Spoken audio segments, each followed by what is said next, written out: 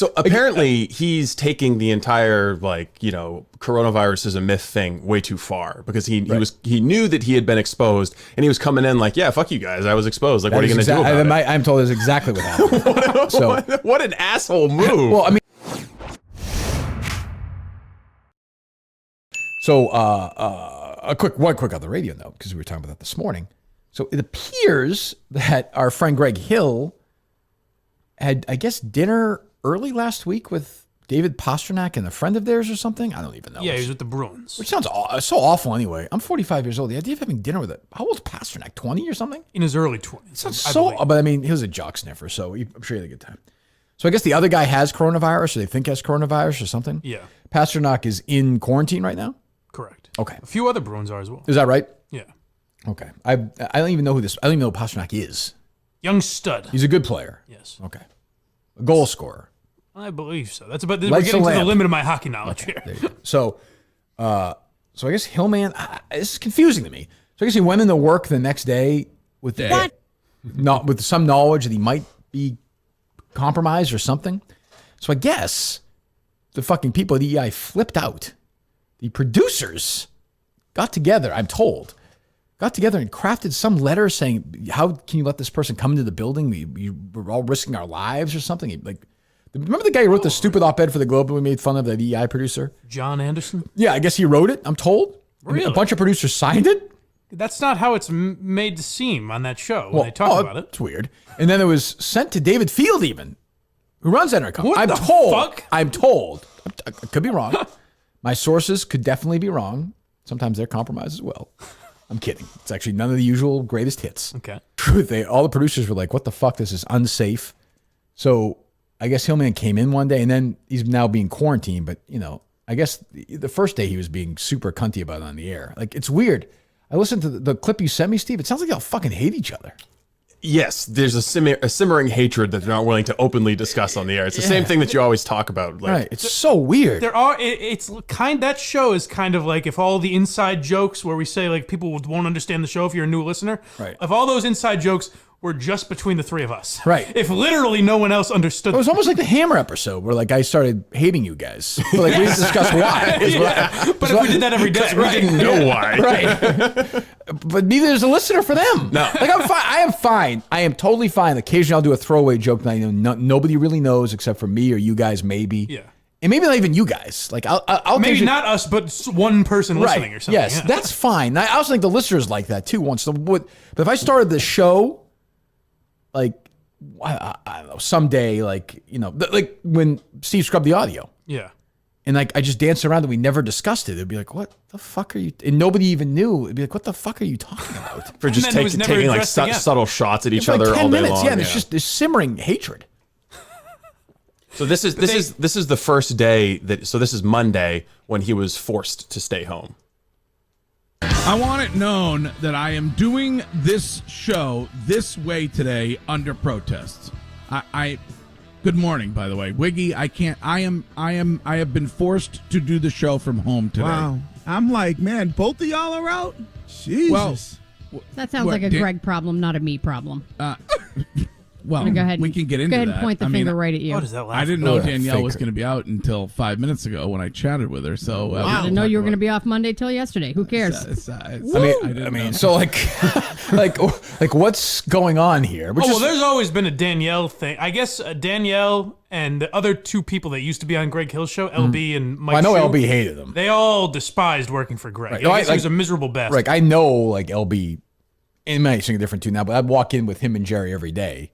He'd basically walk in when we did, and he's like, I fucking hate this guy. Oh, yeah. Like, fucking. Now, and I will be very clear. Like, I've never had that experience with Greg at all. I really haven't. It's minimal, but he's always been fine with me. But that was the thing all the time. Like, you had to live under his rules. Yeah.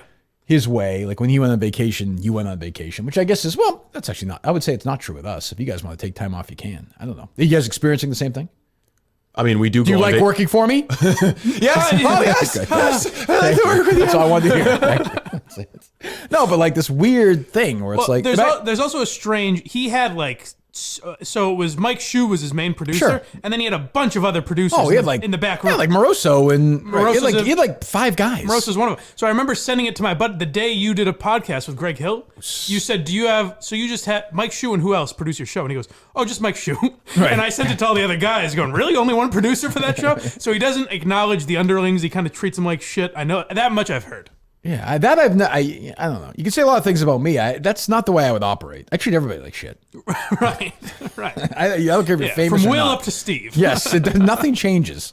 But I don't know. But so apparently he's taking the entire coronavirus is a myth thing way too far, because he knew that he had been exposed, and he was coming in like, yeah, fuck you guys, I was exposed. Like, what are you going to do about it? I'm told that's exactly what happened. What an asshole move. Well, I mean, it's like, look, I don't, like, obviously you've traveled, I've traveled.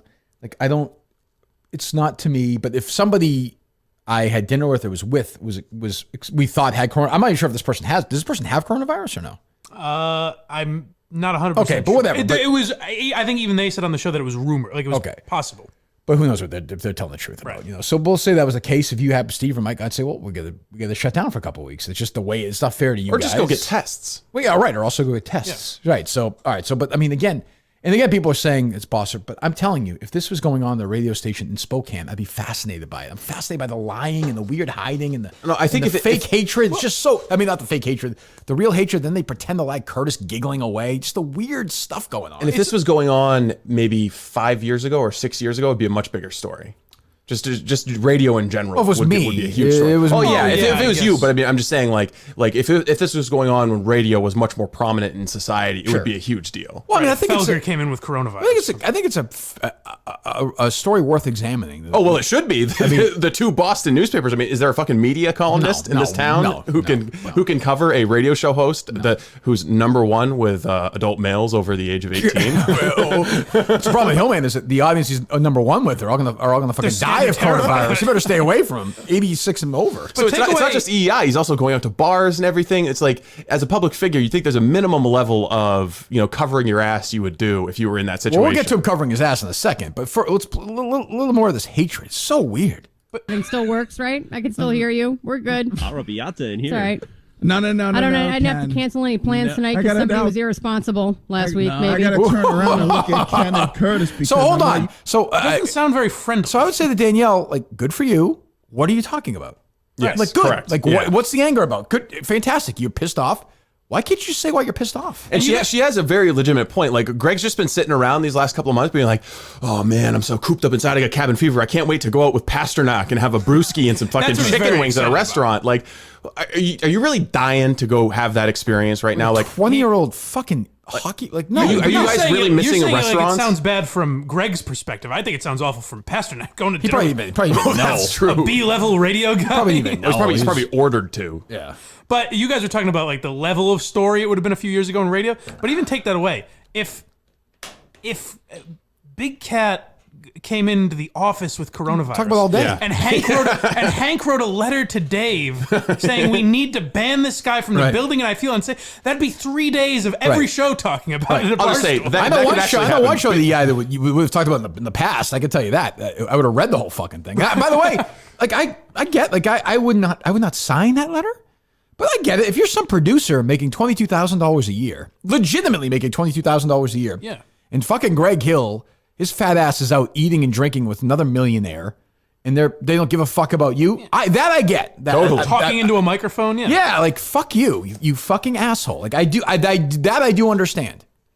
Don't you think? I mean, I mean, he's gonna. I get it completely. What I the don't get is producers the coming in there with instinct. Lysol wipes They afterwards. say not to talk about it. The instinct not to talk about it is Well, you know baffling. why? The program director said, and the management told them, don't talk about But it. why that? Because that's interesting. That's not bringing up Kirk Minihane and worrying Bob Murchison. Because Greg Hill is saying, I don't want to look bad. What a fucking asshole. I'm I guessing. think That I'm speculating about. I think there's a big strain of that, but it's also a little bit political where we don't want to look like we're not taking this seriously enough. Oh, sure. Yes. There's a ton of social pressure to make sure that Well, you you'll are hear. COVID compliant. You clearly, when we play the next day, Greg was spoken to by management. Do you want that, or do you want a little bit more of Let's this? get a little more of simmering? this because you've got. yeah, we haven't heard the full hate. You've got the fuck coronavirus. I'm bigger than this, Greg Hill. Which, by the way, as I always say, if that's your attitude, that's your attitude. Stick with it, right? Let's see how that goes for you. Yeah.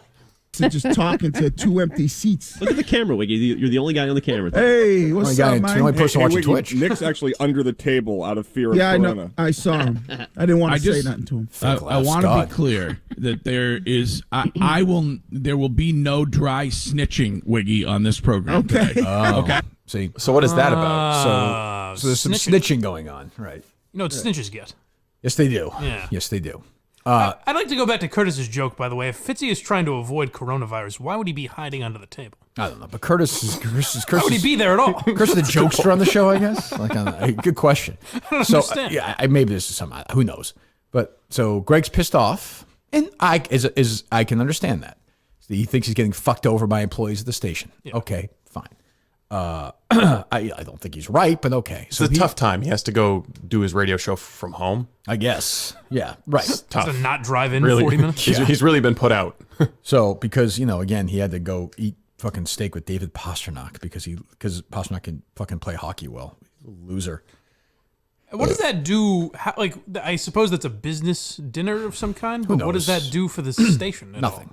Like David Pasternak's gonna say, "Hey, you got to switch over from the sports hub to these guys." Hellman's gonna be like, "Oh, we can have him on once a week or something." Which again, that's exciting. I think it's so Greg can go on the radio and say, "So I was having some steak with Pasternak, and he said this about the line change." Like that's he knows very what old fucking's school. going on. Like even Francesa he's a jock sniffer. He would tell you that. I mean, he's a jock sniffing fucking guy. Oh, he likes being close to power and wealth. True. Do we have any more of Hillman? This guy is fucking not happy. Ken, Curtis, No dry snitching. 0. There will be no dry snitching. Okay, So, Captain Protection. However, You got your cape on this morning? yeah. So just so you're fully aware of the scenario. Curtis with his fake laughs. How awful is that? I have an annoying laugh. I understand, but it's never at times where there's no humor happening. I don't get what he's laughing at. There we go. Who knows? Like I don't even know. But it's a laugh. Like I laughed that hard when Donald Trump called yesterday and was making fun of Steve for saying the Holocaust isn't real. Maybe it's like a thing where he's uncomfortable because the two of them. Maybe that's like but it's a throwaway. Is Curtis a germaphobe? Would he be like a ringleader behind this? I don't think he's got any problem with that. Spreading germs around? No problem at all. Bringing it back to other people? As long as you were born this century, he's on board. Particularly this decade. Jesus Christ. That's my understanding. There were people who worked. What was that, Greg? Alarmed by an interaction. Hold on. Is this which day is this? Tough Guy Greg or this is Monday. This is still Tough Guy Greg. This is still okay. Yeah, this is usually good. Aware of the scenario. There was there were people who work at the station alarmed by an interaction that I possibly had with somebody who possibly has coronavirus. Ken is right there, Greg. That is it. Yes, it was Ken. I mean, I don't mind. Ken, you don't mind being. Ken was very upset yesterday. I wasn't upset, but of course I'm concerned. Yes, concerned. So he already brought coronavirus into this office. Ken, we're doomed. With what do they call it? An overabundance of caution. Why is Danielle not there though? I'm confused. That's what I never got, and I said it that day. I think it's part of their not bringing everyone back to the office. So the issue is that Greg was in on that Thursday. Yeah, that's the issue with everyone had, right? Yes. Is that right? Yes. Okay. So he continues to. How much longer? He just kind of does this. Yeah, he just goes on and on. We can go to the Tuesday. So hold on. So he's pissed. You can tell obviously he's pissed. You can tell Danielle's kind of pissed at him. In a weird way. And like my understanding is that a bunch of producers got together. This John Anderson guy, whoever he is, wrote it, and they all signed it. Seems like Ken was one of the guys on board. Yeah, I'm guessing. I'm told Dale was also particularly upset with Greg Hill, even though he hasn't been coming into the office since the beginning of the lockdown. But can I just say, like, I can't believe I'm going to defend Dale for a second. I can't believe he's doing this. But if his producers are complaining to him and they have to be in the building, correct, and they make no money. I mean, these producers, Mike, make no money, right?